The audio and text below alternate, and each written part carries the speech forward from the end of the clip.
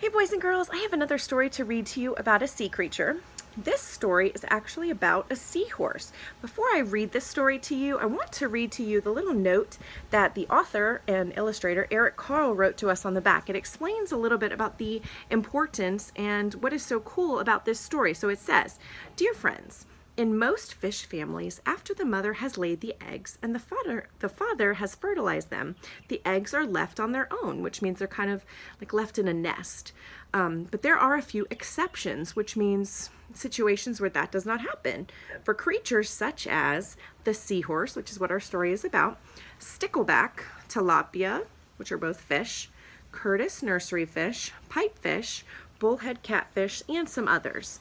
Not only are the eggs cared for by a parent, but surprise, that parent is the father. So after the eggs are laid, it's actually the father who helps take care of them until they're born. This may sound strange. It's not exactly what happens to humans, but it is the truth. This is my story about them. I hope you enjoy my story." Eric Carle. So I'm really glad he helped explain that to us, because what we are actually going to learn in this story is about how seahorse fathers help take care of their babies. So let's see what happens in Mr. Seahorse by Eric Carle. Mr. and Mrs. Seahorse drifted gently through the sea. Mrs. Seahorse began to wiggle and twist this way and that.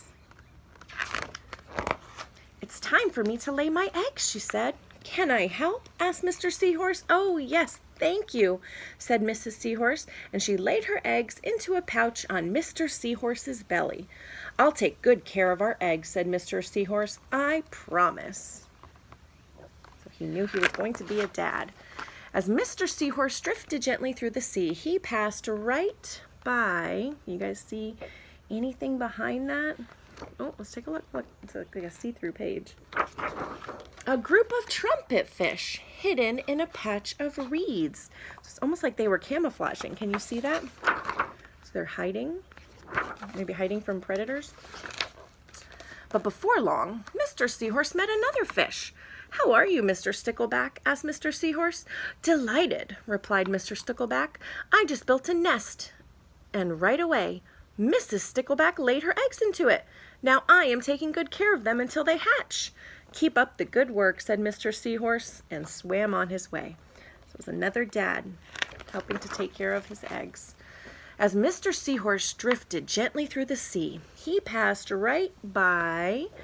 Ooh, can you guys see anything in there? I think it's another creature camouflage. It's another clear page. A lionfish hidden behind a coral reef. Why do you think they call this creature a lionfish? Kind of look at what goes around his head. It almost looks like the mane of a lion. Look at that. But before long, Mr. Seahorse met another fish. "How are you, Mr. Tilapia?" asked Mr. Seahorse. Mr. Tilapia couldn't answer. His mouth was full of eggs. I know, said Mr. Seahorse. "Mrs. Tilapia has laid her eggs. Now you're taking good care of them until they hatch." Mr. Tilapia nodded his head. "You must be very happy," said Mr. Seahorse, and swam on his way. So this dad, boys and girls, he actually has to keep the eggs in his mouth and keep them safe, just like that, until they hatch. Can you imagine? My goodness. As Mr. Seahorse drifted gently through the sea, he passed right by... Oh, here's another page. Some camouflage. Wow, these fish really blend in, don't they?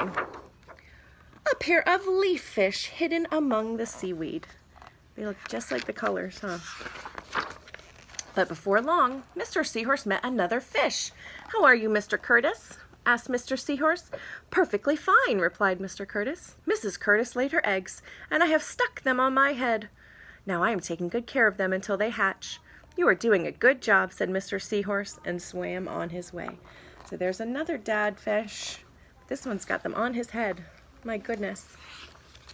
As Mr. Seahorse drifted gently through the sea, he passed right by... Oh, take a look at that. I can see an eye, can you? A stonefish hidden behind a rock. He looked just like the stone. But before long, Mr. Seahorse met another fish. "How are you, Mr. Pipe?" asked Mr. Seahorse. "Couldn't be better," replied Mr. Pipe. "Mrs. Pipe laid her eggs along my belly. Now I am taking good care of them until they hatch." You should feel proud of yourself, said Mr. Seahorse, and swam on his way. So there's another way.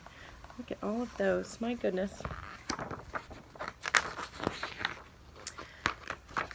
But before long, Mr. Seahorse met another fish. How are you, Mr. Bullhead? asked Mr. Seahorse. Tip-top, replied Mr. Bullhead. Mrs. Bullhead laid her eggs, and the eggs hatched.